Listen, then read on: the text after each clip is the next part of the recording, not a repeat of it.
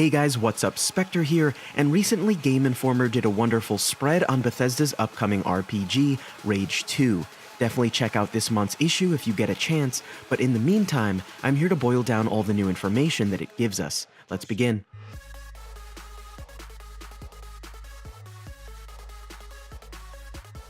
As you may already know, Rage 2 takes place in the post-apocalypse.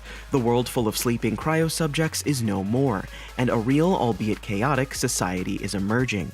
Gwaltney, the writer of the feature, points out that Wellspring, a city they encountered in-game, feels alive in a way that's separate from the player, as if the place could exist without you, a world you're immersed in rather than one that is built around you.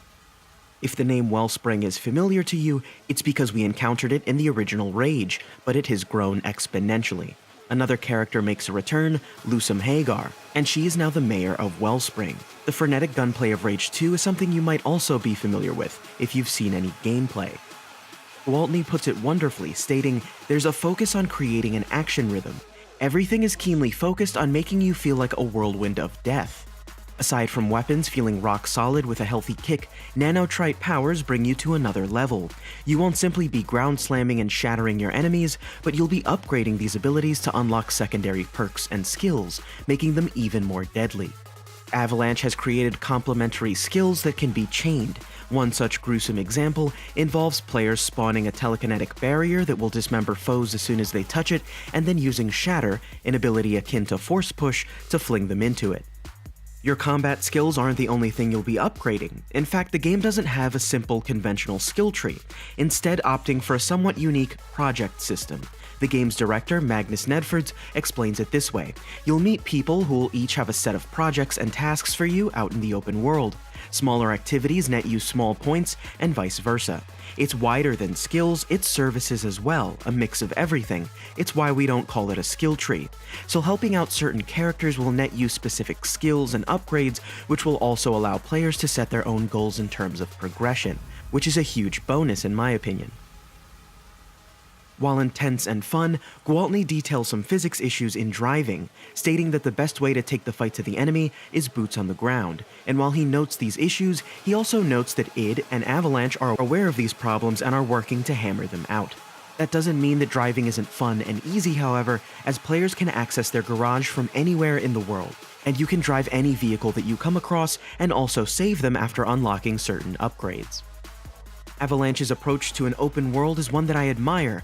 They aren't set out to point you in the exact direction of everything. They're looking for players to create their own narratives and engage in emergent gameplay. Specifically, they state, "This is an open world game where you're free to go wherever you want. So without being told to go here and find something special, you can just stumble upon it and engage the content. It's creating the mission for yourself. When you're engaging with it, we let you know you're doing an activity and will be rewarded for it." Apparently, Gwaltney wasn't able to get an exact overview of every activity in the game, but most of them will most likely be built around violence in some form or another. For example, you'll play Witness to and even be able to participate in faction conflicts that break out across the region, or rob enemy convoys, making their way across the open world. You can even challenge NPCs that you encounter on the roads to a race in real time. The game will create a track for you wherever you are. And speaking of that open world, id has taken it into careful consideration this time around. Rage 1 was not an open world by any means, but instead a highly fragmented bundle of experiences, with specific driving spaces and exploration areas and cordoned off missions. This is exactly why they've partnered with Avalanche this time around, tapping into their expertise in building fun sandboxes. In fact, the game isn't built with the id Tech 6 engine, the same engine powering Doom and Wolfenstein 2, but it's Avalanche's Apex series engine. This is a first for id, but they do seem confident in this new partnership. The open world will be expansive, varied, and you'll even be able to keep exploring in the endgame, accruing more assets and power. All in all, Rage 2 is definitely shaping up to be an interesting title, with Avalanche and id's attention to detail, as well as addressing past woes and introducing new innovations. Let me know what concerns that you still have in the comments below. Again, if you get a chance, make sure to check out this month's issue of Game Informer for the full spread on Rage 2 by Javi Gwaltney. And make sure to sub and stay tuned to my channel for more coverage on Rage 2, Anthem, and Cyberpunk 2077. And as always, thanks for watching, guys.